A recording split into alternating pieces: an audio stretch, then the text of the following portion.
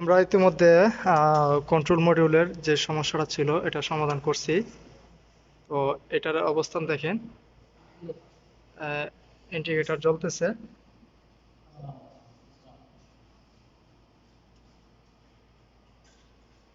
আসসালামু আলাইকুম।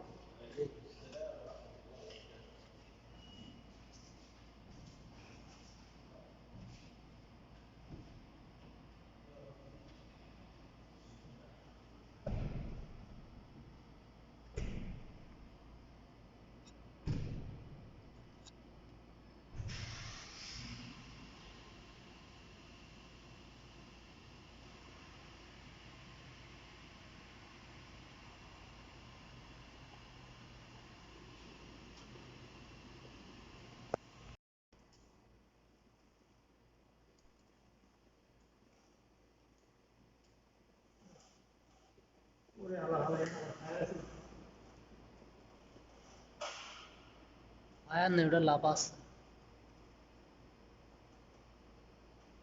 ঠিক আছে, এবার ওই বডি হয়ে যাচ্ছে না মানে লাগিয়ে। হ্যাঁ, টেপ মারো, খুলে গেছে।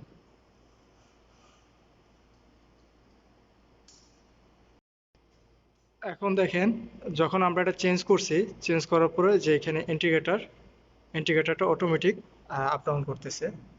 আমরা একটু কাছে নিয়ে দেখাই। এই যে দেখছেন, একটা লাল চিরিক দিছে।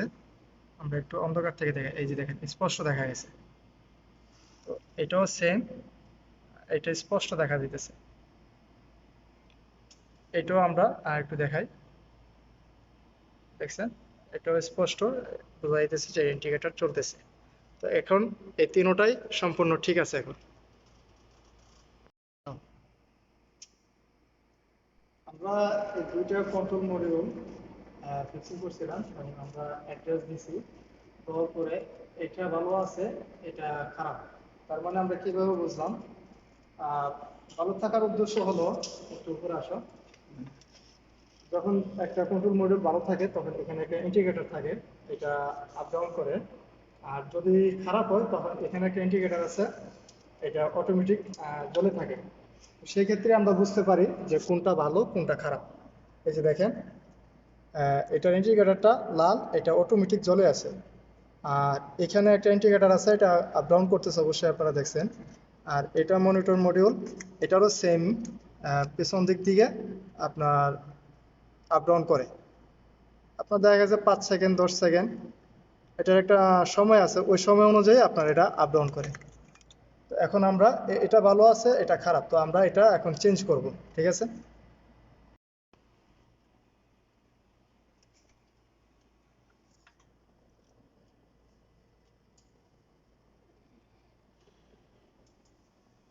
নামো।